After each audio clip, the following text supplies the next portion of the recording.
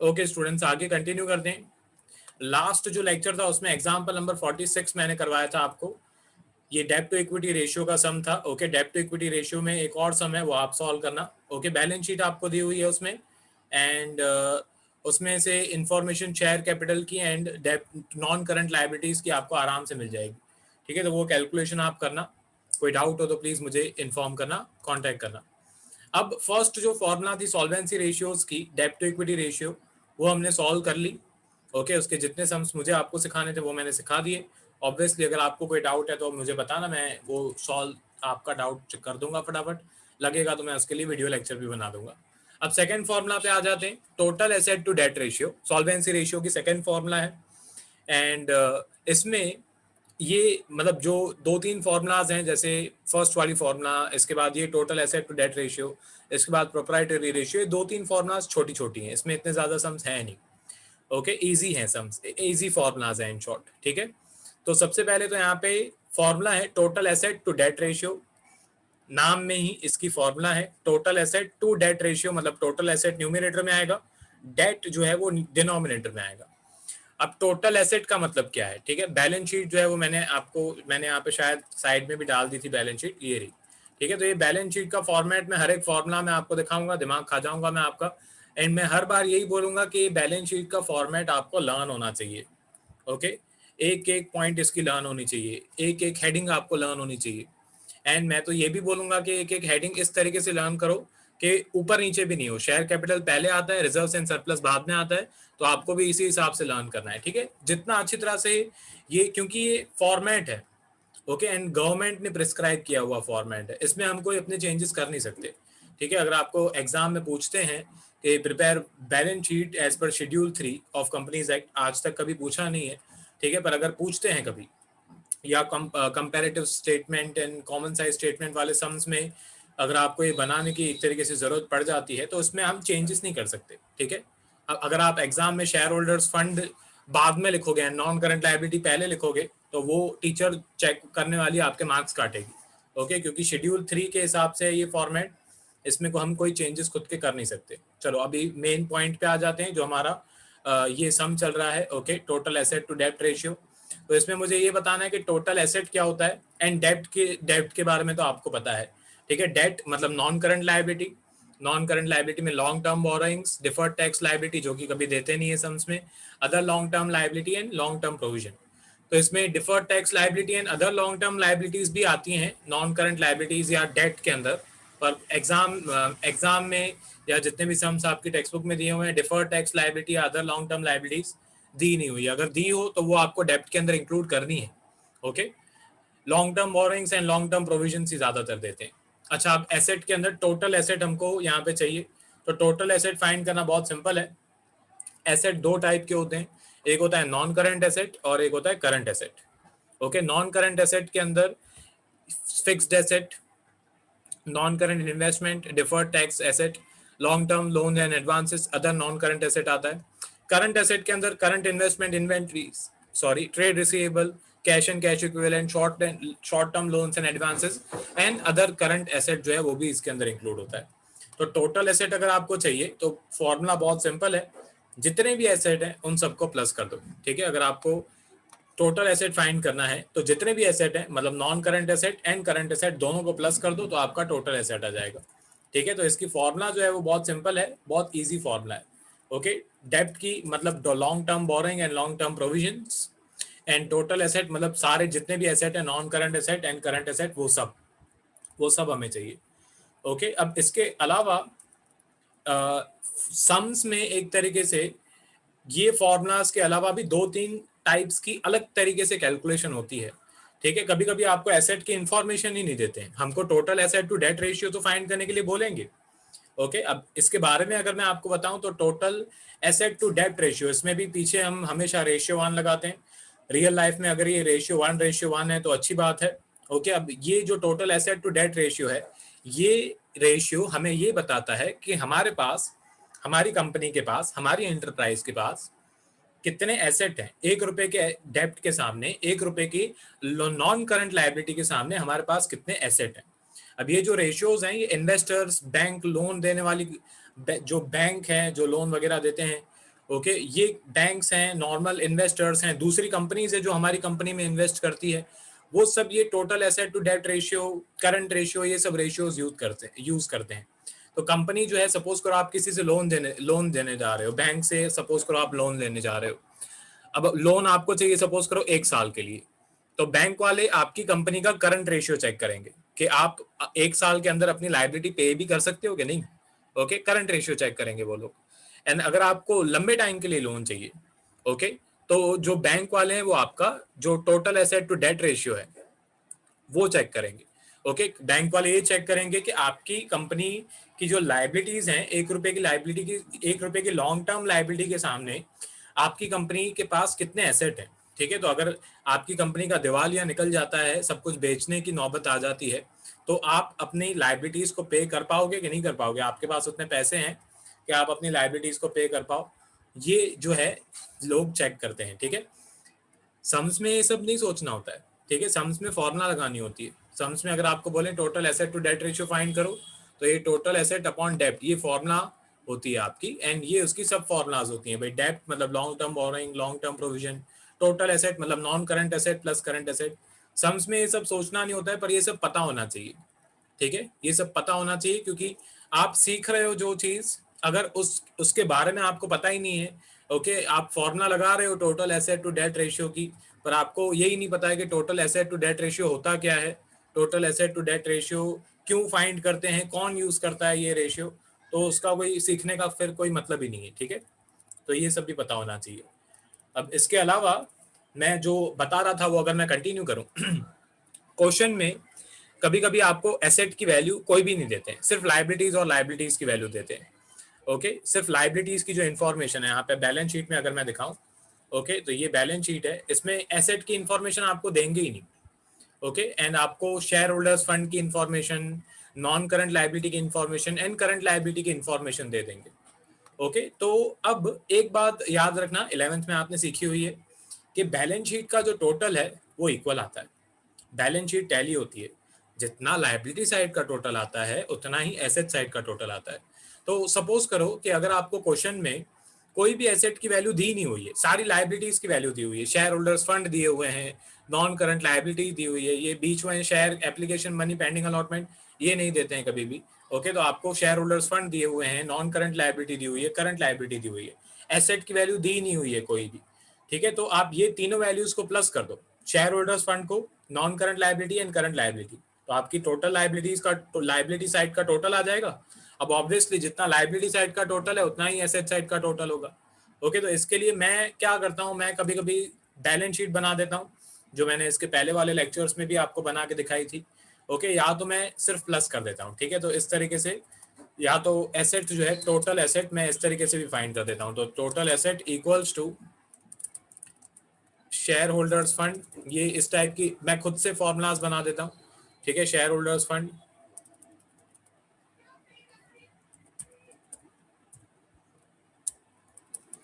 Plus non current liability plus current liability. ठीक है, तो इस तरीके से खुद से भी ये फॉर्मूलाज जो है वो आप बना सकते हो। ये फॉर्मूलाज काम आएंगी आपको आगे। ठीक है, जो आपकी टेक्स्ट बुक में दी हुई है वो तो मैंने फोटो इमेज यहाँ पे डाल दी। ठीक है, पर जो फॉर्मूलाज एक तरीके से सम्स में यूज की हुई हैं एंड यहाँ पे नहीं बताई हुई है, वो भी मैं आपको फॉर्मूलाज जो है वो बता रहा हूँ। ओके, इसके अलावा एक कैपिटल एम्प्लॉयड की जो फॉर्मूला है वो बहुत काम आती है। ठीक है, तो मैं वो फॉर्मूला भी लिख देता हूँ।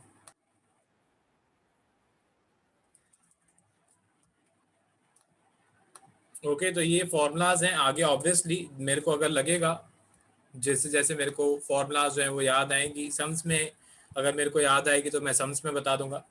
ठीक है, ये टोटल एसेट की 2-3 फॉर्मूलाज मैं अपनी तरफ से बता रहा हूँ। ठीक है, ये वाली पहली वाली जो फॉर्मूला है ये आपको काम आएगी जब आपको क्वेश्चन में कोई भी एसेट की इंफॉर्मेशन नहीं दी होगी, तो आप सारी लाइबिलिटी साइड की इंफॉर्मेशन को प्लस कर दो, share holders fund plus non current liability plus current liability. कभी कभी क्वेश्चन में कैपिटल एम्प्लॉयड देते हैं, अब कैपिटल एम्प्लॉयड की जो फॉर्मूला वगैरह है वो मैं आपको ऊपर पहले भी बता चुका हूँ। ठीक है, पहले वाली फॉर्मूलाज में भी बता चुका हूँ।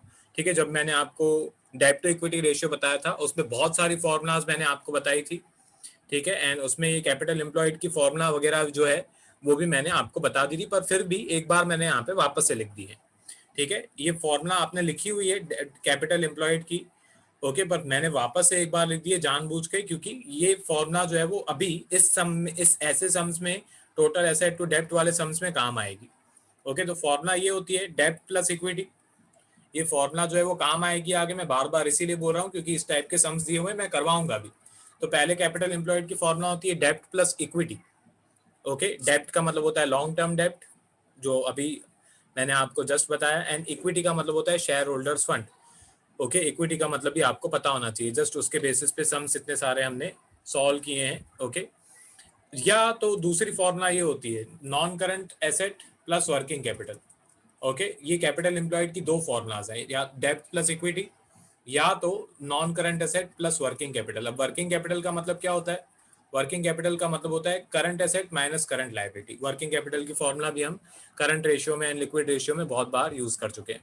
तो कभी कभी ये वर्किंग कैपिटल एम्प्लॉयड देते हैं। अगर कैपिटल एम्प्लॉयड दें, अगर क्वेश्चन में कैपिटल एम्प्लॉयड की वैल्यू दें, तो फिर टोटल एसेट की वैल्यू ये वाली फॉर्मूला से फाइंड होगी, capital employed plus current liability. अगर आपको क्वेश्चन में कैपिटल एम्प्लॉयड देते हैं तो टोटल एसेट आप इस तरीके से फाइंड कर सकते हो, कैपिटल एम्प्लॉयड को लो एंड उसमें करंट लायबिलिटीज की जो वैल्यू है वो प्लस कर दो। ओके, क्यों, कैसे, वो भी मैं समझा देता हूँ। ठीक है, ध्यान दो। सबसे पहले कैपिटल एम्प्लॉयड का मतलब होता है डेब्ट प्लस इक्विटी, या तो जो दूसरी फॉर्मूला है जिससे मेरे को मतलब है, दूसरी फॉर्मूला का मतलब होता है non current asset plus working capital. Okay, अब इसमें यहाँ पे वर्किंग कैपिटल के अंदर करंट एसेट में से करंट लायबिलिटीज जो है वो एक तरीके से माइनस की हुई होती है। ओके, अब मुझे यहाँ पे एक तरीके से करंट जो टोटल एसेट है वो चाहिए, मतलब मुझे non current asset plus current asset जो है वो चाहिए। ठीक है, तो अब उसमें क्योंकि करंट लायबिलिटी माइनस की हुई होती है तो मैं यहाँ पे प्लस कर दूंगा। ओके, ताकि एक तरीके से वो जो उसका नेट इफेक्ट है वो हट जाए। कैपिटल एम्प्लॉयड में क्योंकि करंट लायबिलिटी एक तरीके से माइनस की हुई होती है, मैं प्लस कर दूंगा तो उसका net effect plus minus zero zero हो जाएगा। And non current asset and current asset जो मुझे चाहिए उसकी एक तरीके से सिर्फ इंफॉर्मेशन जो है वो मिलेगी। तो ये टोटल एसेट की फॉर्मूला है, जब करंट कैपिटल एम्प्लॉयड दे तब ये काम आती है। ठीक है, अगर ज़्यादा दिमाग नहीं लगाना है तो ये फॉर्मूला याद रखो। ओके, अब जो लोग ऐप पे देख रहे हैं वीडियो लेक्चर, उनके लिए मैं एक बार स्क्रॉल कर देता हूँ। टोटल एसेट टू डेप्ट रेशियो, ये टोटल एसेट और लॉन्ग टर्म डेप्ट हमारे जो है उसके बीच का रिलेशनशिप बताता है। नॉर्मली रेशियो 1:1 अगर हो तो बहुत अच्छा। पीछे क्वेश्चन में मतलब आंसर में रेशियो 1 लगाना जरूरी है। ये इसकी फॉर्मूला है, नाम में ही फॉर्मूला है, टोटल एसेट टू डेप्ट रेशियो, मतलब टोटल एसेट डिवाइड बाय डेप्ट, लॉन्ग टर्म लायबिलिटी बोलो या नॉन करंट लायबिलिटी बोलो। ठीक है, ये उसकी आपकी टेक्स्ट बुक में दी हुई फॉर्मूला है, मैंने क्वेश्चन की इमेज डाल के लिख दी। अच्छा, इसमें एक इंटरेस्टिंग पॉइंट ये है कि करंट एसेट के अंदर अगर आपको क्वेश्चन में spare parts and loose tools देते हैं तो वो आपको यहाँ पे इंक्लूड करना है। टोटल एसेट कैलकुलेट करने के टाइम पे spare parts and loose tools अगर आपको देते हैं तो वो भी हमारे लिए एसेट होता है, वो आपको इंक्लूड करना है।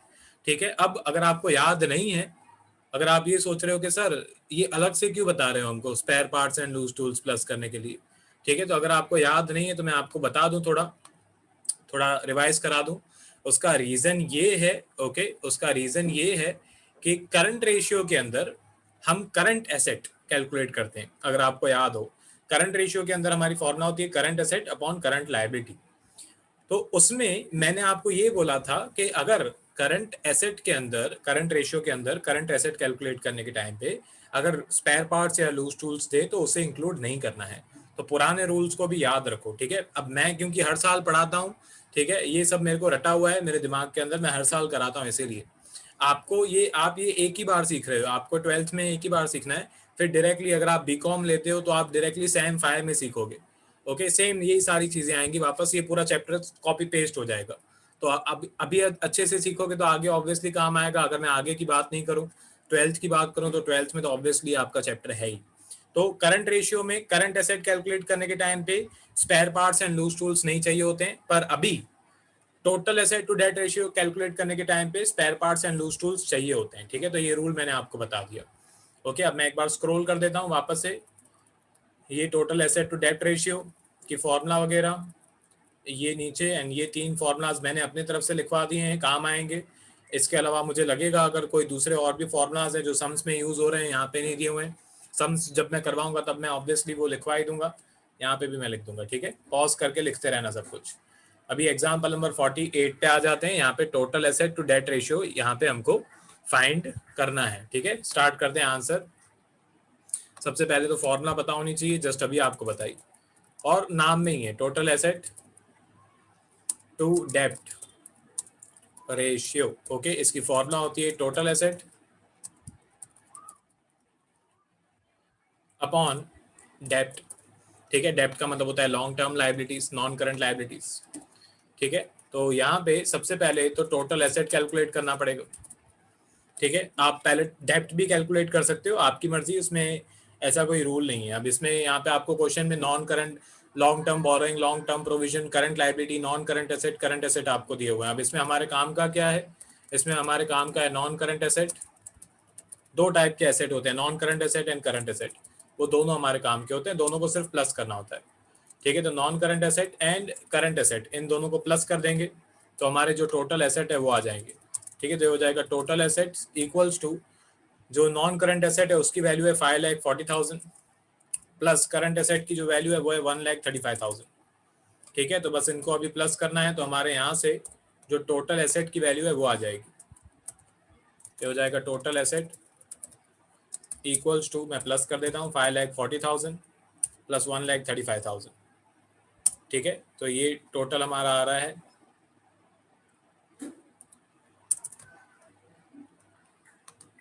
हैंग हो गया, ओके, ये रहा 6,75,000।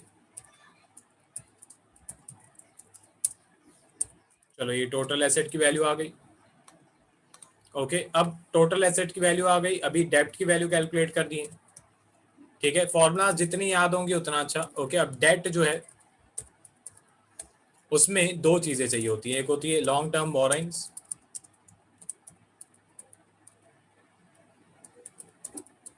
और एक हमें चाहिए होती है लॉन्ग टर्म प्रोविजन, ओके। दोनों यहाँ पे आपको थाली में परोस के दी हुई है। लॉन्ग टर्म बोरोइंग्स की जो वैल्यू है वो है 3 लाख, मैं यहाँ पे प्लस कर देता हूँ नीचे, ठीक है। यहाँ पे मैं लिख देता हूँ डेब्ट equals to 3 lakh plus long term provision की जो वैल्यू है वो है 1,50,000, ठीक है। तो यहाँ से प्लस करके इनका आंसर आ जाएगा ₹4,50,000, ठीक है। ये आपकी डेब्ट की वैल्यू आ गई 4,50,000, ओके। अब मैं साइड में कैलकुलेशन कर देता हूँ, ध्यान दो आपको नीचे करनी है, मैं साइड में इसीलिए कर रहा हूँ ताकि आपको फॉरवर्ड बैकवर्ड नहीं करना पड़े ज़्यादा लिखने के टाइम पे। तो बस अभी फॉर्मूला लगानी है, फॉर्मूला में वैल्यू जो है वो पुट करनी है। तो total assets to debt ratio, total asset to debt ratio equals to total asset जो कि है 6,75,000 अपॉन डेट जो कि है 4,50,000, ठीक है। अब आपको यहाँ पे डिवाइड करना पड़ेगा, मैं फटाफट लिख देता हूँ आंसर। टोटल एसेट, आप सीबीएसई में हो, ओके, आपको कैलसी अलाउड नहीं है, ये कैलकुलेशन आपको मैन्युअली करनी पड़ेगी, ठीक है इजी, पर आपको थोड़ी कैलकुलेशन करनी पड़ेगी। तो 6,75,000 का टाइम कोटी करना, आप मैं सीधा डिवाइड कर रहा हूँ अपॉन 4,50,000, तो इसका आंसर आ रहा है 1.5, ओके। तो यहाँ पे हमारा आंसर सिर्फ 1.5 लिख के आओगे तो मार्क्स कट जाएंगे, 1.5 रेशियो 1 लिखना जरूरी है, ठीक है। तो ये हमारा फाइनल आंसर है total asset to debt ratio. ये रेशियो ऑब्वियसली जितना बड़ा आएगा उतना अच्छा। 1 रुपए के एसेट, 1 रुपए की लाइबिलिटी के सामने आपकी कंपनी के पास ऑब्वियसली अगर 1 रुपए से ज्यादा एसेट है, 1.5 रुपीज के एसेट है, 2 रुपए के एसेट है, 3 रुपए के एसेट है, तो ऑब्वियसली आपकी कंपनी अच्छी पोजीशन में है, ठीक है। नॉर्मली रियल लाइफ में 1:1 भी अगर ये रेशियो होता है तो अच्छा माना जाता है, ठीक है, कि भाई कंपनी के पास पे करने की हैसियत है, ओके। जितनी लाइबिलिटीज हैं उतनी कंपनी के पास एसेट भी हैं, मतलब कंपनी अगर दिवालिया होती है कभी, ओके, अगर एसेट बेचने की अगर नौबत आ जाती है सारे, तो कंपनी के पास पैसे हैं, ठीक है। तो ये आपका एग्जाम्पल नंबर 48 था, ये क्वेश्चन की इमेज है, ठीक है, और ये आंसर है, ठीक है। सिंपल सा क्वेश्चन है, पॉज करके लिख लेना।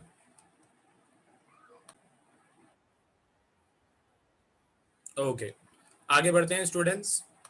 एग्जाम्पल नंबर 50 ये मुझे करवाना है, ठीक है। बीच में जो एग्जाम्पल्स मैं नहीं करवा रहा हूँ बेटा, वो मैं इसीलिए नहीं करवा रहा हूँ क्योंकि वो आप खुद से कर पाओगे, फॉर्मूलाज अगर आपको याद है, ओके। तो ये एग्जाम्पल्स जो मैं नहीं करवा रहा हूँ वो आप खुद से कर पाओगे, ठीक है। हर एक एग्जाम्पल ऑब्वियसली 140 एग्जाम्पल है, मैं ट्राई करूंगा मैं जितने ज़्यादा से ज़्यादा करवा पाऊँ, पर सारे नहीं करवा पाऊंगा।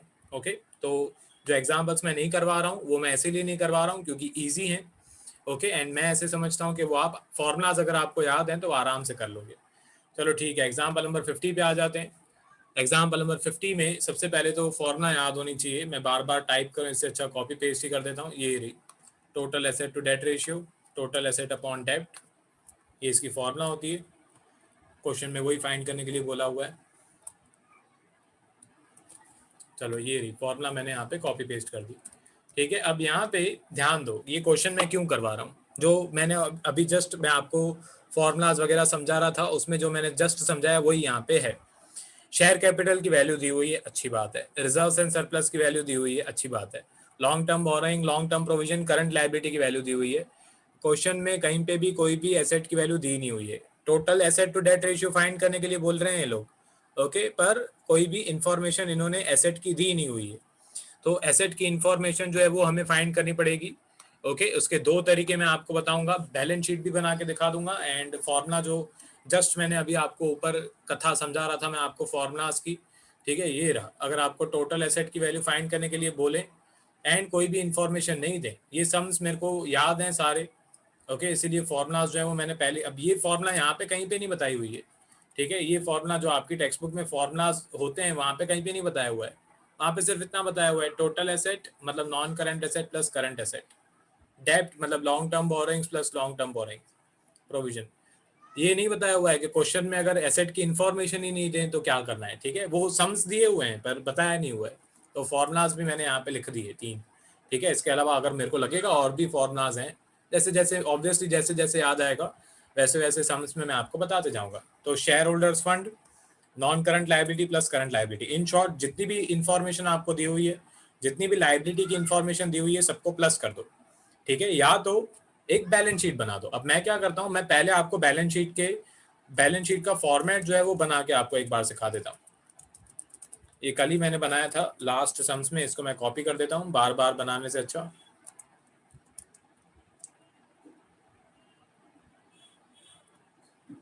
एंड ये एक बैलेंस शीट का फॉर्मेट है।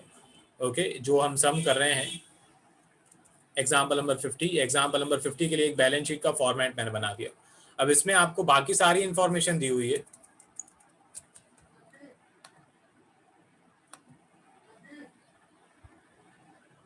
दो मिनट, ये इसमें कोई कलर नहीं चाहिए एंड ओके ये भी नहीं चाहिए। चलो ठीक है, अब अंदर की सारी इंफॉर्मेशन मैं मिटा देता हूँ। ठीक है, ये कल की बैलेंस शीट है, आज मुझे नहीं बनानी है, तो एक बैलेंस शीट रफ में बना देते हैं। यहाँ पे लायबिलिटी की इंफॉर्मेशन दी हुई है। सबसे पहले आपको दिया हुआ है शेयर कैपिटल। शेयर कैपिटल आपको दिया हुआ है 12 लाख। शेयर कैपिटल के बाद दिया हुआ है रिजर्व्स एंड सरप्लस। मैं सब लिख देता हूँ, लायबिलिटी साइड पे ये सारी चीजें होती हैं। ओके, तो मैं लायबिलिटी साइड पे लिख देता हूँ। तो reserves and surplus, reserves and surplus की कितनी वैल्यू है, 8 लाख। चलो 8 लाख रुपए, ये मैंने यहाँ पे 8 लाख रुपीज जो है वो लिख दिया। रिजर्व्स एंड सरप्लस के बाद आपको दिया हुआ है long term borrowings. Full form मैं नहीं लिख रहा हूँ जानबूझ के। ठीक है, आप फुल फॉर्म लिखना अगर आप बैलेंस शीट बनाते हो। लॉन्ग टर्म बोरोइंग्स कितना दिया हुआ है भाई साहब, 25 लाख रुपए दिया हुआ है। ठीक है, तो ये 25 lakh rupees long term borrowings आपको दिया हुआ है। लॉन्ग टर्म बोरोइंग्स के बाद लॉन्ग टर्म प्रोविजन भी दिया हुआ है। ओके, सब लायबिलिटी साइड की इंफॉर्मेशन है। लॉन्ग टर्म प्रोविजन आपको यहाँ पे दिया हुआ है 5 लाख रुपए। उसके बाद लास्ट में आपको करंट लायबिलिटी दिया हुआ है। ठीक है, करंट लायबिलिटी आपको दिया हुआ है 10 लाख। ठीक है, वो भी यहाँ पे मैंने लिख दिया। एसेट की कोई भी इंफॉर्मेशन यहाँ पे आपको नहीं दी हुई है। ठीक है, तो मैं क्या करूंगा, मैं सबसे पहले जो लायबिलिटी साइड है इसका टोटल फाइंड करूंगा। ओके, ये 12 लाख, ये 8 लाख, ये सारी वैल्यूज को मैंने प्लस कर दिया। तो लायबिलिटी की वैल्यू टोटल, टोटल ये लायबिलिटी है, यहाँ पे अगर मैं लिख दूँ टोटल लायबिलिटी। ठीक है, तो टोटल लायबिलिटीज की जो वैल्यू है वो आ रही है 6 लाख रुपए। अपने 6 लाख नहीं, 60 लाख रुपए, 60 लाख रुपीज। अब ऑब्वियसली बैलेंस शीट में ये हॉरिजॉन्टल फॉर्मेट है, शेड्यूल 3 के हिसाब से नहीं बनाया मैंने। ओके, पर बैलेंस शीट में शेड्यूल 3 के हिसाब से बनाओ, कंपनीज एक्ट के हिसाब से बनाओ या हॉरिजॉन्टल फॉर्मेट बनाओ, रूल सिंपल है। बैलेंस शीट में लाइबिलिटी साइड का एंड एसेट साइड का टोटल सेम आता है हमेशा। ओके, तो यहाँ पे अगर टोटल लाइबिलिटी साइड का टोटल आपका अगर 60 लाख है तो गारंटी जो आपका एक तरीके से एसेट साइड का टोटल होगा वो भी आपका 60 लाख ही होगा। भले ही आपको इन्फॉर्मेशन नहीं दी हुई है कोई भी, ओके, भले ही आपको कोई भी एसेट साइड की इन्फॉर्मेशन नहीं दी हुई है, ओके, ये कोई भी इन्फॉर्मेशन नहीं दी हुई है, ठीक है, पर रूल ये है कि लाइबिलिटी एंड एसेट साइड का टोटल इक्वल होता है। तो आप ऐसे भी फाइंड कर सकते हो, ठीक है, या जो फॉर्मूला है आप फॉर्मूला लगा के भी फाइंड कर सकते हो, ठीक है। तो अगर फॉर्मूला लगानी है तो फॉर्मूला लगा लो। ओके, ये मैंने पहले आपको, जो मुझे ज़्यादा सही लगता है, जब मैं 12th में था तो मैं इस तरीके से बैलेंस शीट बना देता था, ठीक है। आगे आपको ऑपरेटिंग रेशियो वगैरह जब कैलकुलेट करने सिखाऊंगा तो प्रॉफिट एंड लॉस का स्टेटमेंट भी बना के दिखाऊंगा, ट्रेडिंग अकाउंट भी बना के सिखाऊंगा, ठीक है। तो मुझे ये अकाउंट्स वगैरह बना के ज़्यादा सही लगता है, ठीक है। अकाउंट मेरे को है ये फॉर्मूलाज वाला चैप्टर, पर मुझे फॉर्मूलाज इतनी ज़्यादा लर्न करना पसंद नहीं है अब, क्योंकि मैं हर साल पढ़ाता हूँ तो अभी रट गई है फॉर्मूलाज, ठीक है। पर जब मैं आपके जितना था तब मैं ट्राई करता था कि मैं फॉर्मेट्स बना के ये सब सम्स जो है वो सॉल्व कर लूँ। चलो ठीक है, अभी यहाँ पे फॉर्मूला से कर देते हैं। तो सबसे पहले तो डेप्ट, ओके, तो डेप्ट के लिए long term borrowings and long term provision चाहिए, क्वेश्चन में दिया हुआ है, ठीक है। क्वेश्चन में यहाँ पे लॉन्ग टर्म बोरोइंग्स जो है वो आपको दिया हुआ है 25 lakh and long term provision आपको दिया हुआ है 5 लाख, ठीक है। तो टोटल डेप्ट की जो वैल्यू है वो आ गई हमारी सिंपल तरीके से, ठीक है। तो डेप्ट इक्वल्स टू ₹30 लाख, ये डेप्ट की वैल्यू आ गई। अब इक्विटी की वैल्यू अगर आपको फॉर्मूला लगा के करनी है, करूंगा मैं सब सेम ही, ओके, जो मैंने बैलेंस शीट में किया वही मैं यहाँ पे भी लिखूंगा, ठीक है। यहाँ पे मैं लिखूंगा शेयर कैपिटल, यहाँ पे मैं लिखूंगा प्लस रिजर्व्स एंड सरप्लस,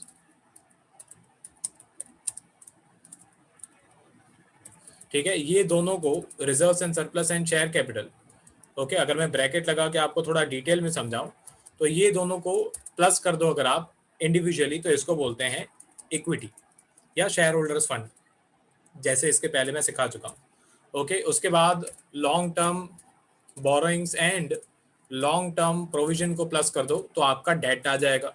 अब इसको डेप्ट भी बोलते हैं एंड इसको जो नॉन करंट लायबिलिटी है वो भी बोलते हैं, आपकी शेड्यूल 3 के हिसाब से बता रहा हूँ। ये ब्रैकेट को, पहले वाले ब्रैकेट को इक्विटी या शेयर होल्डर्स फंड बोलते हैं, दूसरे ब्रैकेट को नॉन करंट लायबिलिटी बोलते हैं एंड तीसरा आपको करंट लायबिलिटी तो क्वेश्चन में दी हुई है, ठीक है। तो ऐसे सारी लायबिलिटीज को प्लस कर दोगे तो भी आपका आंसर आ जाएगा। ऐसे फॉर्मूला में अगर आपको लिखनी है, ठीक है, तो इस तरीके से लिखना है आपको, बाकी सब सेम है, ठीक है। बाकी जो सारी वैल्यूज है वो मैं यहाँ पे नहीं लिख रहा हूँ, जो फाइनल आंसर है 60 लाख वो मैं यहाँ पे लिख दे रहा हूँ, ठीक है। बाकी जो कैलकुलेशन वगैरह है वो सब मैं उसमें मैं टाइम वेस्ट नहीं करूँगा आपका, ठीक है।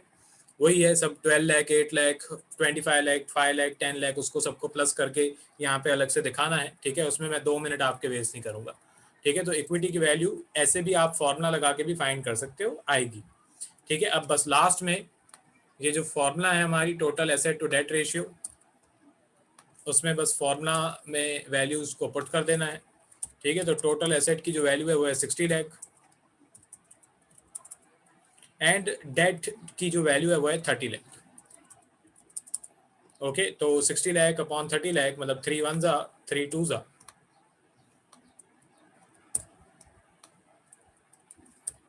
ठीक है, हो जाएगा 3 1 जा 3 3 2 जा 6, ठीक है। तो आंसर आ रहा है 2/1, 2/1 लिखोगे तो मार्क्स नहीं मिलेंगे, मार्क्स काटेगी टीचर थोड़े बहुत, ऐसे आपको रेशियो के फॉर्म में लिखना जरूरी है, 2:1 के फॉर्म में लिखना जरूरी है, ठीक है। तो ये आपका क्वेश्चन नंबर 50 था, एग्जाम्पल नंबर 50 था, ठीक है। ये सब मैंने इसीलिए करवाया क्योंकि यहाँ पे asset, total asset to debt ratio तो फाइंड करने के लिए बोल रहे थे पर कोई वैल्यू उसकी दी नहीं हुई थी, तो ये उसका आंसर है फॉर्मूला के हिसाब से।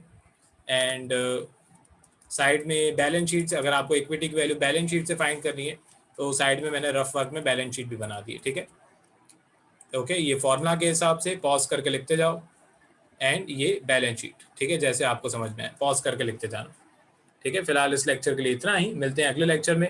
अभी इसका 1-2 सम मैं और करवाऊंगा शायद एंड उसके बाद आगे बढ़ेंगे, ठीक है। ये 2-3 फॉर्मूलाज जो हैं वो बहुत सिंपल सी फॉर्मूलाज हैं, इसमें इतना ज़्यादा दिमाग लगाना है नहीं, ओके, टिपिकल एक्स जो वाले सम्स होते हैं वो इसमें है नहीं, तो इजी फॉर्मूलाज हैं, फटाफट खत्म हो जाएगी। ठीक है, अगले लेक्चर में एक और सम करवाऊंगा मैं, एंड उसके बाद फिर आगे जो दूसरी फॉर्मूला है उस पर बढ़ेंगे। जो भी आज मैंने लेक्चर में करवाया सब लिखते जाया करो।